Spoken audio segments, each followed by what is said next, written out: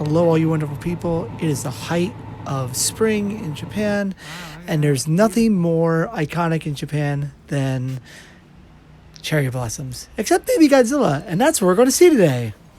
I'm out with Trevor in a place called Saitama, which is just outside of Tokyo, going to Seibuen amusement park. If you like amusement park lore, this one is set in the 1960s during the Showa era, and also you can't come in with tattoos.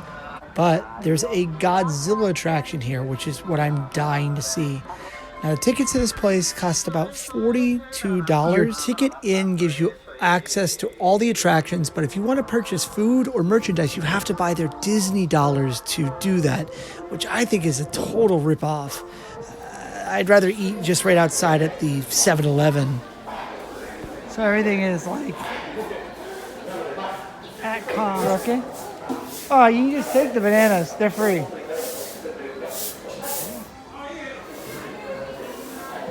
It's like a bank or post office, excuse me. If this park had a Main Street USA, this would be it, full of shops, restaurants, and entertainment. People running around telling stories or pretending to be characters that are themed to the area.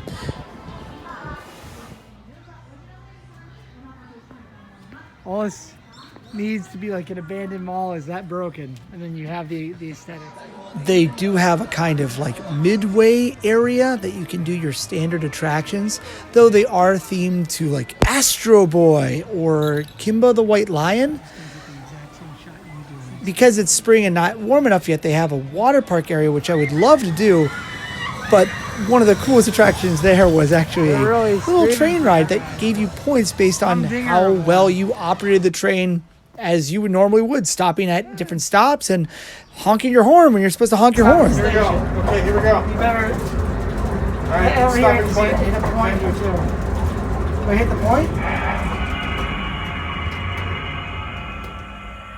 Nice.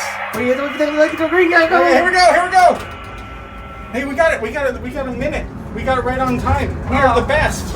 After being in the park for like 1 hour, this was the highlight. And we were worried that this park was not going to be worth coming to. So we decided to go head over to the Godzilla attraction. Housed in an era-appropriate theater is the Godzilla attraction. Be forewarned that there is no videotaping on this ride allowed. And it's a lot like Soarin'. If it was on speed, hey, the footage for this ride is out there, but you won't find it on my channel. But be forewarned, I'm going to give spoilers. This ride is amazing. I went on it twice with a big dumb smile on my face. The ride felt intense too. You're being attacked by King Ghidorah. He's coming after you, trying to eat you, I assume. And then suddenly Rodan comes out as he destroys the Tokyo Tower.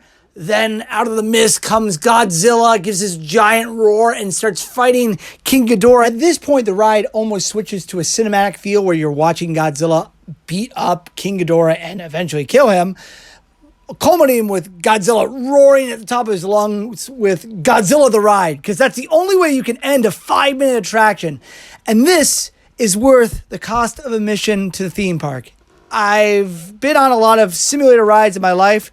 This one might have taken the cake as the coolest simulator ride I've ever been on. You, of course, exit through the gift shop, and outside of the attraction, there is signs that tell you to see the escape room that they have that lures you around the park. Unfortunately, you have to speak perfect Japanese to do that, and it just wasn't going to happen. This park was very, very nice.